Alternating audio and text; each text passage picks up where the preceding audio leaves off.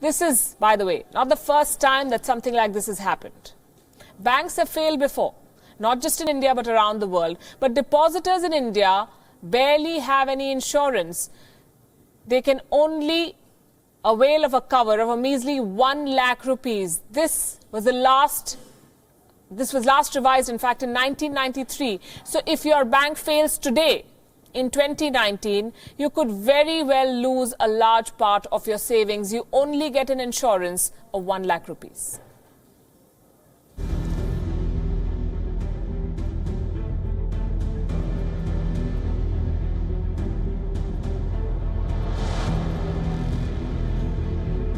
Imagine this situation. You swipe your card at a local store, but it doesn't work. You go to a cash machine, but can't withdraw even a single penny. The bank says it doesn't have your money. This happened in 2008. The American bank Washington Mutual collapsed during the financial crisis. This is the biggest bank failure in American history. Assets worth more than $300 billion were virtually wiped off. Washington Mutual only had itself to blame for the crisis. It gave out too many loans even to those people who couldn't pay them back.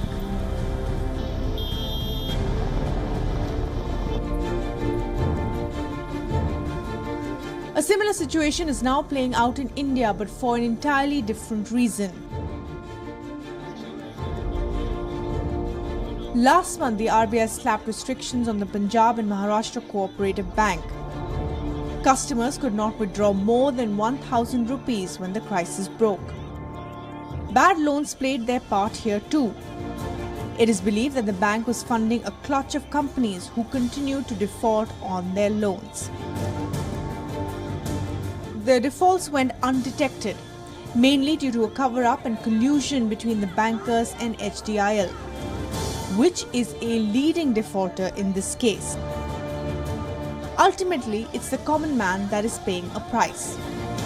Unlike America, the customers of the PMC bank are panicking. And there is good reason for that as well. India's bank deposit insurance is one of the lowest in the world.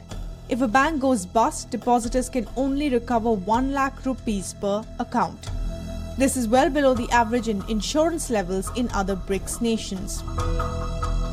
How do we survive with just 40,000 for the next 6 months? RBI should immediately regularize these banks and all deposits should be relieved. Leading nations offer more than 12 lakh rupees as cover for bank deposits. When the Washington Mutual Bank went bust in 2008, its account holders were guaranteed insurance of up to $100,000.